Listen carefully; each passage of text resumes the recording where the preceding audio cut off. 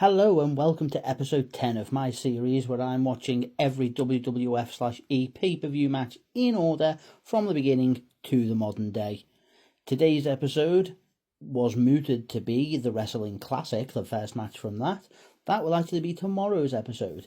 Today, we are going to be showing you the Wrestlemania 1 SuperCut. So that'll be all the videos that I've done for the 9 matches of WrestleMania, all in one big video. So if you don't want to go back through the profile and click on each individual one, here it is, the SuperCut. This one will be going up on YouTube as well. Enjoy! Hello and welcome to the first video of my WWE mini reviews. In this series I intend to go back in time through WWE history and review every single match from every single WWF/E pay-per-view, starting all the way back on March 31st, 1985 for WrestleMania. And the very first match broadcast on pay-per-view for the WWF was Tito Santana versus The Executioner. Now, The Executioner here is portrayed by former NWA and AWA star Playboy Buddy Rose. So the match starts with the staple of pre-pay-per-view wrestling, the crisscross, followed by a Tito Santana drop-down, back body drop, and a crisp dropkick. The Executioner then takes a powder to the outside before returning to the ring and being trapped in a side headlock. Santana then hits a proto-sliced bread, maintaining the side headlock into a 2 count. And the Executioner eventually escapes his predicament by uppercutting his thigh. The Executioner then takes control of the match with a headbutt, a knee to the midsection, and then stomping it down Santana right in the belly welly. After an attempted step over toe hold, Tito takes back control with corner stomps and kicks. Tito is then invariably back body dropped and body slams. Executioner then goes to the top rope before getting thrown off. Santana then attempts a running splash, but Executioner gets the knees up. The Executioner then attempts to work on the legs of Santana, but is dumped over the top rope, landing what I would say quite comfortably on a ringside chair. As he makes his way back in, he walks right into Tito's flying forearm smash. Tito locks in the figure 4 leg lock, and the Executioner with the verbal submission. This being before tap-outs existed. So, your winner, by submission, Tito Santana. Now, as for the review itself, I didn't expect to enjoy this match as much as I did, considering it was, for a large part of its 4-minute, 49-second runtime, a variation of a side headlock.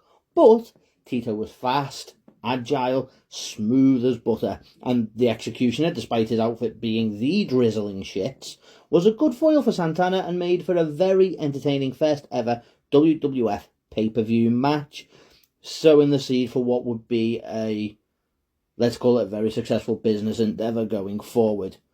My ranking for this match is a C. Hello and welcome to episode 2 of this series where I will review every single WWF/E pay-per-view match in order, a new match every day until we reach the modern day, which will probably be in about 26 years' time. And I might be dead. Aww.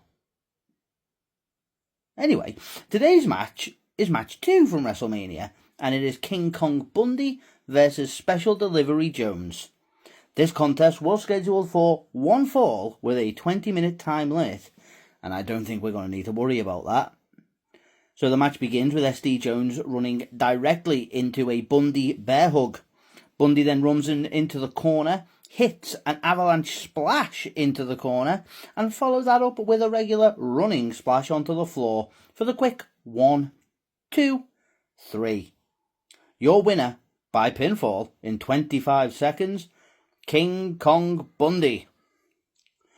Now, it's hard to judge a, quite literal in this case, squash match, but I will say it did make Bundy look like a monster and made Special Delivery Jones look like a stain on the mat. So my ranking is a D.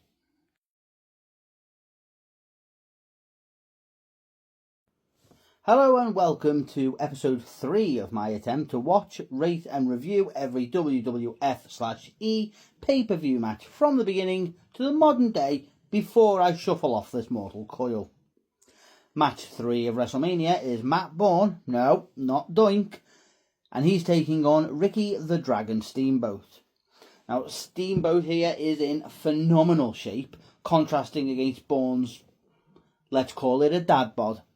This fitness mismatch results in Steamboat winning the collar and elbow tie-up to start the match, whipping Bourne across the ring, leapfrogging him twice, and hitting a classic Steamboat knife-edge double chop. Ricky then gets a nice snap mare and a reverse chin lock, followed up by a side headlock. Bourne goes for a backdrop, Ricky flips out and grabs a headlock again. They repeat the spot, except this time, Steamboat hits a huge atomic drop, a taint buster. Bourne sells this like he's just learned how to hula. Bourne finally takes control with a front atomic drop and a high knee. He backs Steamboat into the corner, but Steamboat regains the upper hand with a top rope driving up to the head. Steamboat has a hold of a front face lock until Bourne hits a belly-to-belly suplex, followed by a standing vertical suplex for barely a 2 count. Steamboat regains his footing and goes ahead and chops Bourne's nipples right off, before dropping him on the back of his head with a huge back suplex and neck breaker. Steamboat then drops 2 knees for a second near fall of the match. Finally, Steamboat flies off the top with a beautiful crossbody for the 3. Your winner by pinfall in 4 minutes 39 seconds is Ricky the Dragon Steamboat. Now, this was again a surprisingly enjoyable match. I remember watching this Wrestlemania with my dad, and this would be in about the early 2000s. Had to be post the 90s because it was on DVD. And I remember not being impressed with the majority of these matches due to my feeling like them not being as high-octane, glitzy, glamour, flashy as the WWE and TNA shows I was used to watching at the time. But now that I'm watching it with more mature eyes, let's say, I'm really enjoying the relative simplicity of it. It is still quite simple though, but for that, I give this match another C. Hello and welcome to episode 4 of this series where I review every WWF/E pay-per-view match in order until I reach the modern day. We're still in 1985 and still at the inaugural WrestleMania, but today's offering is Brutus, pre-barbering course at Wirral Met, Beefcake versus David Sammartino. Beefcake is seconded by luscious Johnny Valiant. Sammartino is of course managed by his father, the legendary Bruno Sammartino, who gets a tremendous pop from the MSG audience, proving that David is the least popular Nepo baby since Kim Jong-il. We start the match with a collar and elbow tie-up before Brutus immediately shoves Sammartino into the corner. David goes for another tie-up, but Brutus starts strutting away. No cutting though, he's yet to receive his MVQ level 2. They do tie up now and David gets the upper hand, shoving Brutus into the corner before delivering a quick drop toe hold. As David gets a go behind, we get a picture-in-picture of Bruno Sammartino. WWF doing David no favours in getting over here, telling the audience that his old man is far more important despite being long retired. Now we get what feels like an eternity worth of basic chain wrestling and rest holds. Brutus finally lifts Sammartino up for a body slam, which has me thinking finally, a fucking move. But no, it's counted into an armbar for yet another series of rest holds.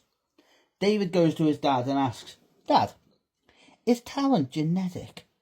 Bruno says no, and Brutus gets a headlock takedown for another fucking rest hold. We do actually and eventually get some moves here, punctuated with a big vertical suplex by David Sammartino, and the first pin attempt at the match, with Brutus kicking out at 1. As David is then sent to the outside, Johnny Valiant hits a body slam on David to the concrete floor, and let me tell you, he puts him down so gently. Bruno does get involved here and works over Valiant until he is, to quote Gorilla Monsoon, Pearl Harbored. It's a weird statement to make, by Brutus Beefcake, and this leads to a big hullabaloo, so the referee throws the match out as both Sammartinos stand tall to the audience's explosive approval.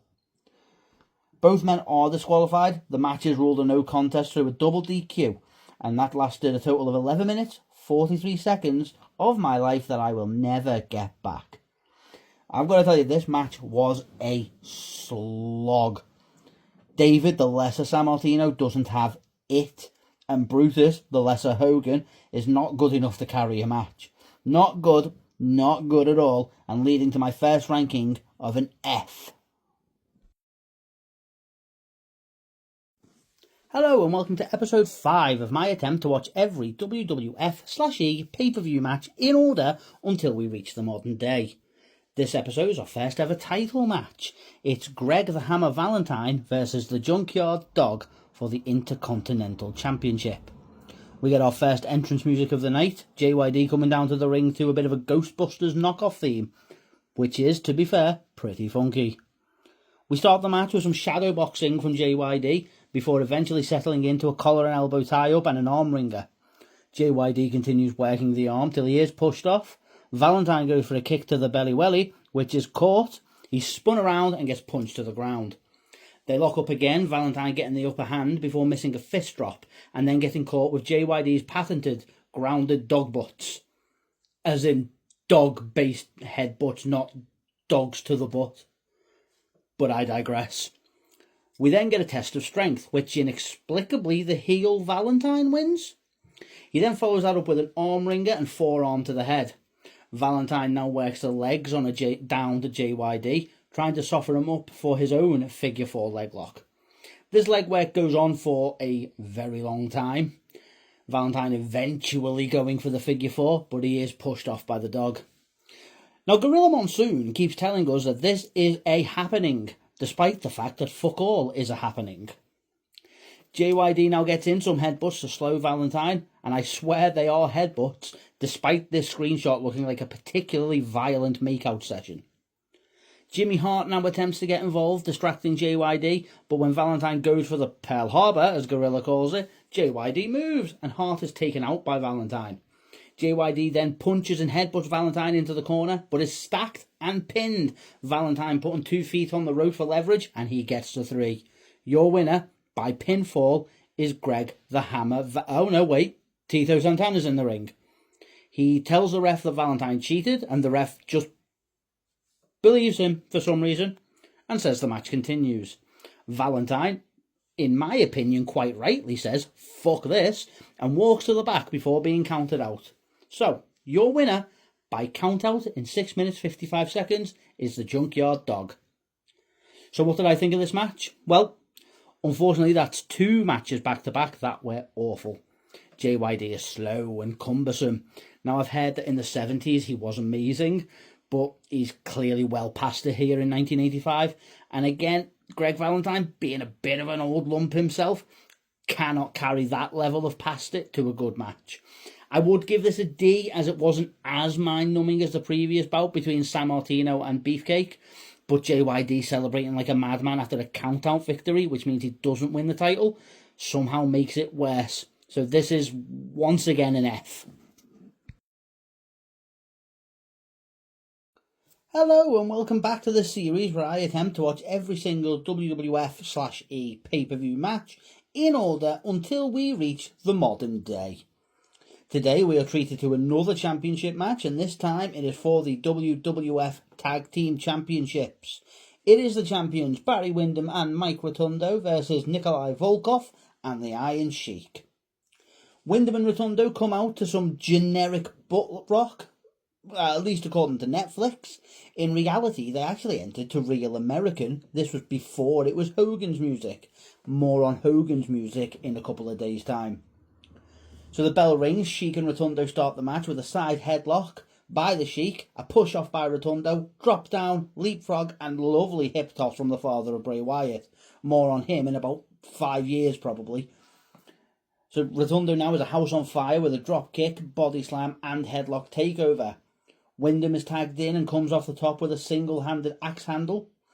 Sheik pushes Windham towards Volkov, who holds Windham in place for a Sheik drop kick. However, Windham moves and Volkov takes the pointy shoes to the face. Apologies are made. No schmalls here. Volkov tags in. Rotundo also gets a tag in, hits a spinning back elbow and an elbow drop for a 1 count. Now Windham comes back in. Lots of wrist locks and quick tags by the champs as Rotundo comes back. Volkov finally gets control, running Rotundo into Sheik's awaiting boot. Now he gets to taste the pointy. Sheik now gets in with a back body drop and an elbow drop, this time for a 2 count. Gut-wrench suplex now by the Sheik for another near fall. Rotundo blocks another suplex attempt and hits one of his own, but Volkov tags in and cuts off the hot tag. Iron Sheik then locks in a long-forgotten staple of wrestling, the abdominal stretch. Rotundo escapes and gets the tag to Windham, who clears house and hits the bulldog to Volkov. He gets a 2 as the Iron Sheik breaks up the count. The ref now is distracted by Rotundo being in the ring illegally, which allows Sheik to smash Windham in the back of the head with Freddie Blassie's cane. Volkov rolls Windham over for the 1, 2, 3. Your winners by pinfall and new WWF Tag Team Champions, the Iron Sheik and Nikolai Volkov. Lou Albano, who has been managing Windham and Rotundo, comes into the ring to tell the referee that the winning tag team cheated. Clearly, though, he is not as trustworthy as Tito Santana, and the ref does not overturn the result. So what did I think of this match? Genuinely really enjoyed it. Rotundo, pre-IRS, fantastic worker. Those who only remember the Iron Sheik from Colonel Mustafa area onwards will be shocked at how well he moves and how quick he is. The match did noticeably slow when Volkov got in the ring, but Windham and Rotundo, brilliant workers and were able to cover for Volkov's shortcomings. Genuinely, I'm going to give this one a B. Really, really good fun. Hello and welcome back to my series where I attempt to watch every single WWF/E pay-per-view match until we reach the modern day. Today's match is the $15,000 Body Slam Challenge between Big John Studd and Andre the Giant. If Andre should slam Studd, he'll win 15 grand. If he fails, he must retire from professional wrestling. Wonder how this one's going to go. So the match starts with Studd rushing Andre into the corner with punches and chops. Andre chops back 3 times and a big headbutt, which causes Studd to take a powder to the outside. Studd returns to the ring and gets choked in the corner. Andre is being described here by the commentary team as methodical. I would go so far as to say fucking slow. Studd tries for a body slam of his own, doesn't even get close to lifting the Giant off his feet, and receives a knee to the gut. We now get the longest and possibly most loving bear hug I've ever seen. After a full minute and a half, the bear hug is released and the sleeper is locked in. Andre now whips Studd into the ropes. He ducks down for a big back body drop, but Studd goes for a kick. That is caught by Andre, then hits a series of weak kicks to Studd before getting the big body slam to win the match. Your winner via body slam and 15 grand richer. No, Heenan has stole the money back. Okay, your winner and no richer at all, Andre the Giant. And what did I think of this match? Well, it's just a bit shit, wasn't it? Andre is quite clearly done as a wrestler at this point. Obviously not his fault. He spent his entire life, his entire adult life at the very least, in pain due to the gigantism. I imagine wrestling is not easy for him. It would take more of a toll on him as living a normal life would. That said, he's there, in the ring, and if his match is shit, I'm going to say it's shit. Nothing Studd could have done to have saved this, really. So for that, it's a D. It would be an F, but Andre is a spectacle just by existing, so I think a D is fair. Hello and welcome to my attempt to watch every WWF/E pay-per-view match in order from the beginning to the modern day. Today's match is the third and final championship match of WrestleMania 1 and also the penultimate match of the evening. Therefore, after tomorrow's video, we'll be moving on to a new pay-per-view. Today, it's Wendy Richter with Cyndi Lauper against the challenger Leilani Kai with the massive cunt moolah for the WWF Women's, or as the Fink says, Ladies Championship. WWE once again showing their cheapness, with Richter coming to the ring with some knockoff synthwave music that sort of sounds like a Lauper song, but is not. For the start of the match, we get a quick tie-up and some hair pulls. Leilani gets a punch blocked, Richter throws back and Kai goes flying. We get to mat wrestling and reversals until Richter gets a hammerlock, maintaining the hold as she spins and launches Kai through the air and holding her still in the hammerlock. That spot is repeated until Kai escapes. She reverses it there with a double hair mare, that's a snapmare using the hair, and gets a 2 before keeping control with a wrist lock. Another snapmare by Leilani Kai keeps her in control. Richter attempts to fight out of it, but she's getting choked. Ref taking his sweet time to break it up, hoping it doesn't awake something inside of him. Both eventually get to their feet. Richter with a sloppy single leg takedown gets a 2 count, and that was awkward looking. Another hair mare by Kai is used and she taunts Lauper on the outside. She's quite terrifying here, and I hope that doesn't awaken something inside me. Kai whips Wendy into the corner, and Wendy counters with a double leg kick. They battle over to the other corner where Cunt Moolah grabs a handful of Richter's hair. Lauper gets involved and removes Cunt Moolah from the equation. Kai fails to take advantage, and Richter hits her with an inverse FU, which only gets to 2. Bloody cool move. I'm surprised I don't see more people using that. Leilani gains control once more and hits a cross-body block from the top rope. However, Richter rolls through and gets to pin the 1-2-3. So your winner by pinfall and new WWF Women's Champion is Wendy Richter. Now, what did I think of the match? It was a bit sloppy. You could see the effect of Cunt Moolah's stranglehold over women's wrestling at the time. Both wrestled a Moolah style. Read into that as you want. That said, Richter and Kai made the most out of what they were given. That 6 minutes and 14 seconds of the match actually flew by for me, and I had quite a bit of fun. I'm going to give it a C. And you know what? We'll do something I haven't done before. What did you think of the match? Go watch the match. It's on Netflix. You could probably find it through some other means. I won't suggest what they are. Yarr. Watch the match. You tell me in the comments what did you think, and we'll see you tomorrow for the next video and the main event. Hello and welcome to my attempt to watch every WWF/E pay-per-view match in order from the beginning to the modern day. Today we're at episode 9 and it is your main event. A tag team match between Mr. Wonderful Paul Orndorff and the Hot Rod Roddy Piper. They are against Hulk Hogan and Mr. T. We get our first live performance entrance as Roddy Piper is played to the ring by drums and pipes. Fantastic entrance and exactly what Wrestlemania is all about. Hogan now enters to Real American, and I did say I'd mention this. Hogan actually came out to Eye of the Tiger, but again, clearly Netflix/TKO/WWE didn't want to pay for the license. Also, murderer alert, Jimmy Snuka accompanies Hogan and T to the ring. Mr. Wonderful and Hogan start the match. Both teams have changed their minds. Piper wants in, and so does T, so they will both start their match. They go nose to nose, and Piper slaps T in the face. Mr. T returns fire, and they slap each other once more before Piper grapples T to the ground. Eventually, Mr. T fights out, and we get a lot more pausing and posturing. Mr. T now gets Piper up in a fireman's carry and dumps him to the ground. Piper loses his shit and starts battering T, which leads to an almighty schmoz with everyone in the ring, including Muhammad Ali, giving Piper a little right hook to send him ringside. Piper and Orndorff decide they've had enough and go to leave. Referee Pat Patterson goes to count them out, but Hogan, apparently in charge of the referees now, won't allow it. And Orndorff and Piper return, and all four men battle.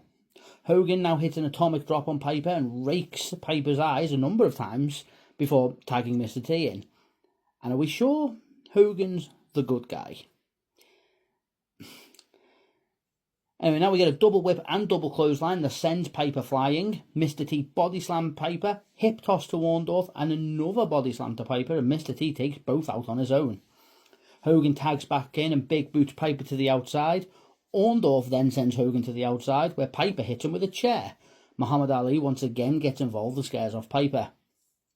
Orndorff throws Hogan back in the ring. Mr. T distracts the ref in error so that the heels can double team Hogan. And please ignore the fact that Patterson's looking directly at this. Then a load of nothing happens until eventually Mr. Wonderful locks Hogan in a full Nelson. Cowboy Bob Orton jumps off the top for a cast smash. Only Hogan moves and he clocks Orndorff.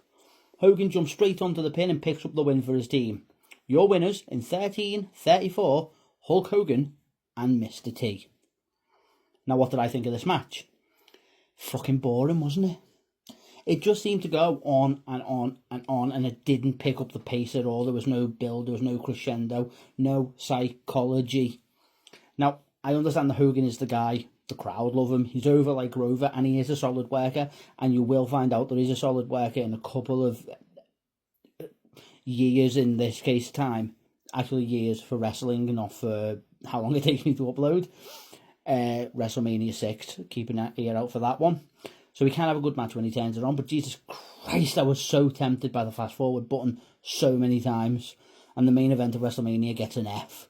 And surely it can't get worse than that. Well, anyway, that is the end of the first WrestleMania, but not the end of 1985. Next up, from the Rosemont Horizon in Illinois, is the Wrestling Classic, and we will see you there tomorrow.